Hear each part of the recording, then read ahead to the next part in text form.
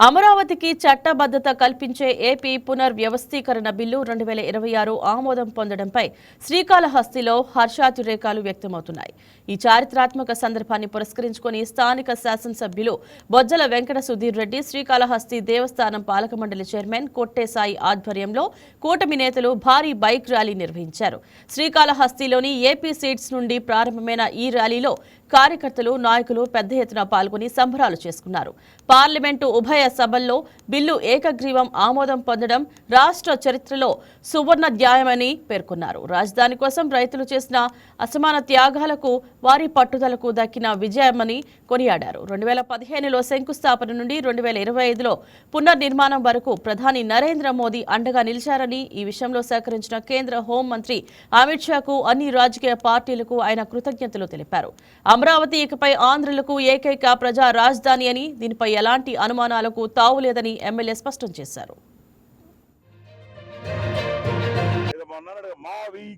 ప్రభుత్వానికి ఆ రోజే స్వస్తి పలికి మా ప్రభుత్వం మన ప్రభుత్వం అనేటట్టు ఈ రోజు సంచలనగా ఎక్కడ ఎన్నడూ లేని, ఎప్పుడు వినడి విధంగా ఈరోజు కుటుంబ ప్రభుత్వం ఈ రోజు ఫామ్ అయిన తర్వాత 2 సంవత్సరాల్లో దిక్కు మొక్కు లేని ఆంధ్రప్రదేశ్ కి ఒక దిక్కుల 4 దిక్కులు. ఈస్ట్ మరి చూస్తే చంద్రబాబు నాయుడు గారు, వెస్ట్ చూస్తే నారా లోకేష్ గారు, నార్త్ చూస్తే మోడీ గారు, సౌత్ చూస్తే పవన్ కళ్యాణ్ గారు. బ్రహ్మాండంగా అందరూ కూడా ఒకటి కూటమిగా ఏర్పడి మరి ఈ రోజు మన అమరావతి, మన రాజధాని, ఎంతో మంది బిడ్డలతో భావించే 33,000 ఎకరాలు మరి రైతులు మరి ప్రేమతోని, నమ్మకంతోని, విశ్వాసంతోని ఆ రోజు చంద్రబాబు నాయుడు గారు ప్రభుత్వానికి ఇస్తే, తర్వాత వచ్చిన జగన్మోహన్ రెడ్డి 3 ముక్కలు ఆటాడి ప్రతి అన్న కడుపున, ప్రతి తల్లి కడుపున, ప్రతి ఉన్న తమ్ముళ్ళ కడుపున కూడా ఆ రోజు కొట్టడం జరిగింది.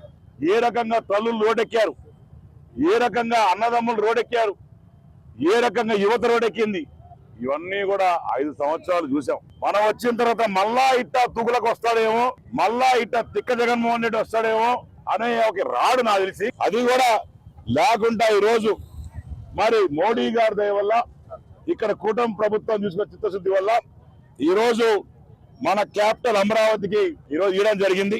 లోక్సభ, రాజ్యసభ బిల్లు పాస్ చేసుకొని ఈ రోజు ప్రతి ఒక్క రాష్ట్రపతి దగ్గర నుంచి కూడా ఆమోదం తెలిపి మరి ఈ రోజు రావడం అనేది నిజంగానే ఎంతో మా అందరి యువతకు కూడా జన సైనికులు ఉన్నారు, బీజేపీ సైనికులు ఉన్నారు, టీడీపీ సైనికులు ఉన్నారు. అందరం కలిసి ఈ రోజు ఒక పండగ వాతావరణంలో బైక్ ర్యాలీ తీసి అట్నే సాయంత్రం మా యువత అంతా కూడా ఆనందంగా ఉంది. రేపు వచ్చే అమరావతి ఒక సింగపూర్ కన్నా తగ్గదు, ఒక అమెరికా కన్నా తగ్గకుండా బ్రహ్మాండంగా అన్ని విధాలుగా మరి అదొక క్యాపిటల్ లాగా ఫామ్ అయ్యి నారా చంద్రబాబు నాయుడు గారికి, పవన్ కళ్యాణ్ గారికి, మోడీ గారికి, నారా లోకేష్ అన్న గారికి నిజంగానే పాదాభివందనాలు చేస్తున్నాం.